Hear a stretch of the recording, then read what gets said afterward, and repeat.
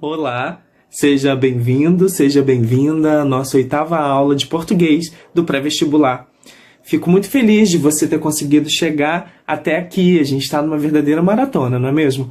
Essa aula é uma 3ª aula de texto argumentativo. Nós dividimos esse conteúdo em 3 aulas. Então, se você perdeu a aula 6 e a aula 7, dá uma corridinha lá. Agora, se você está curioso ou curiosa para saber sobre os métodos de argumentação, fique aqui. Vem comigo. Aula 8. Texto argumentativo, métodos de argumentação. Vamos à revisão da aula 7 sobre estratégias argumentativas. Aula passada, a gente listou 4 estratégias. Olha lá. 1. Exemplificação. É quando eu apresento exemplos concretos que ajudem a sustentar uma determinada posição. Em seguida, a gente estudou o argumento de autoridade, que é aquele argumento fundamentado na opinião de um especialista, um profissional de determinada área, organismo, instituição, órgão de imprensa e pesquisa e etc. Depois, falamos sobre a contra-argumentação, que é combater e desconstruir o ponto de vista adversário. É um argumento contra o posicionamento do rival. A gente, então, fez 2 subdivisões. 3.1, concessão. Ela é apresentada em 2 etapas. Na primeira, aparento concordância. Eu sempre engasgo nessa palavra. Vamos lá, de novo, galera. Eu aparento concordância com o posicionamento do rival, mas em seguida a tese adversária é combatida e refutada. Na 3.2, redução ao absurdo. Explorar até o limite todas as consequências do argumento rival com o objetivo de demonstrar sua inconsistência. E, por fim, a negação. Negar que se vai defender a posição a favor da qual se pretende argumentar. Vamos começar com a definição do que é método de argumentação. São caminhos ou etapas a serem percorridas na condução dos raciocínios lógicos. Sim, argumentar é construir raciocínio. Aqui nós temos 4 métodos. A gente vai fazer um breve resumo. Eu vou utilizar para isso, tá, gente? Vou fazer bastante, quase desenhar com as mãos, tá? Porque fica mais fácil da gente entender. Olha lá, indução ou método indutivo. Eu parto do particular para o geral. No método dedutivo ou dedução é o contrário. Eu parto do geral para o particular. Já na analogia, eu utilizo elementos de domínio conhecido, que é o que eu conheço, para fazer compreender elementos de um domínio desconhecido. E a dialética é a confrontação de 2 teses opostas. Vou explicar um pouco mais sobre indução. É um tipo de raciocínio que parte do caso particular e tira daí uma regra geral. Digamos que alguém, observe pela manhã, a pessoa foi trabalhar, foi estudar, foi passear, não interessa, não vamos fofocar da vida dos outros.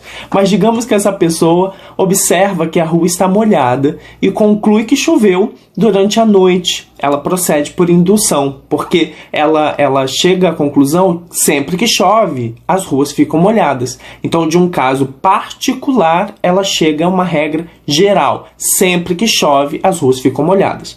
No caso do método científico, a indução corresponde à segunda etapa do processo. Primeiro eu observo o fato, a rua molhada. Daí eu formulo uma hipótese por indução, por meio de uma generalização que necessita verificação. Depois eu verifico experimentalmente a hipótese para confirmar ou negar essa hipótese. E por fim eu faço a enunciação ou não de uma lei ou teoria geral, uma vez que o experimento confirmou a hipótese, eu posso gerar aí uma regra geral. Já a dedução, ao contrário da indução, é o raciocínio que parte de uma afirmação geral, tida como verdadeira, aplicando-a a um caso particular, como é o caso dos silogismos. Nós temos aqui um exemplo de silogismo, que é um tipo de dedução.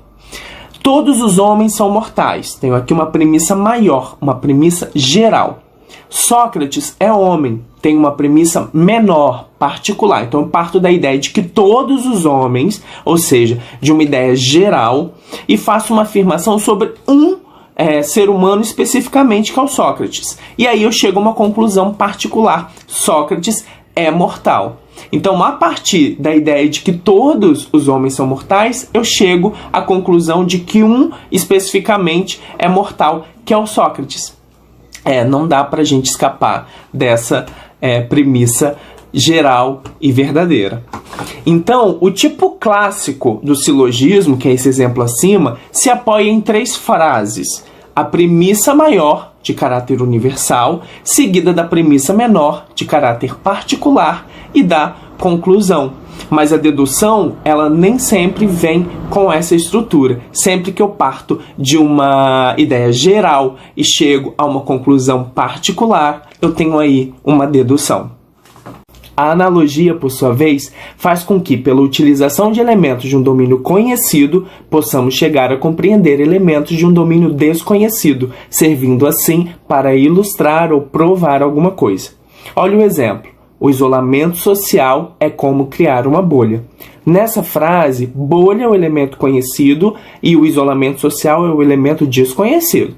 Nesse momento, não tanto mais, né? Mas digamos que alguém tenha dúvida o que seja esse isolamento social, aí eu escolho a bolha, que é um elemento conhecido, né, para explicar isso. Então, em casa, você está protegido, desde que entradas e saídas não causem a contaminação da área interna. Então, fica claro aqui, para quem não sabe o que é o isolamento social, por essa comparação, por essa analogia, né, com a bolha, eu consigo explicar o caráter dessa fragilidade, dessa proteção, dessa necessidade, né, de controlar a entrada, a saída, né, de forma que não contamine. Então, só estarei protegido se a parte interna não estiver contaminada.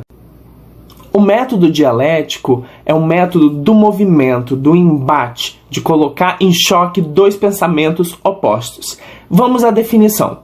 Dialética. O raciocínio dialético se processa a partir do momento em que a tese oposta contém uma parte da verdade, e por isso o caminho dialético admite o princípio da contradição, ou seja, da confrontação de 2 teses opostas, a tese e a antítese, a tese e a antitese, retirando daí uma nova verdade, que é a síntese.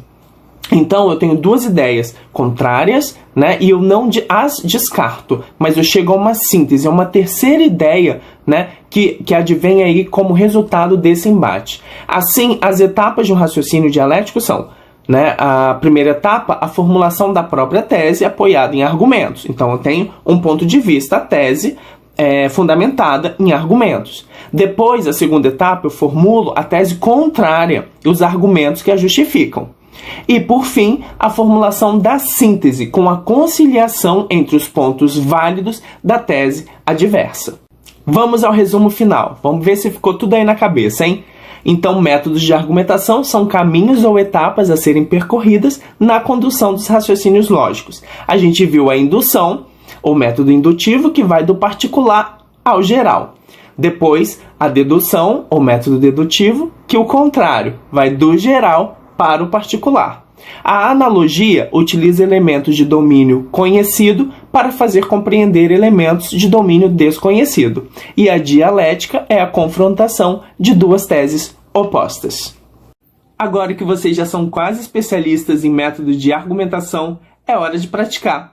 Bora abrir a apostila no capítulo de texto argumentativo e mãos à obra. Um grande abraço e até breve.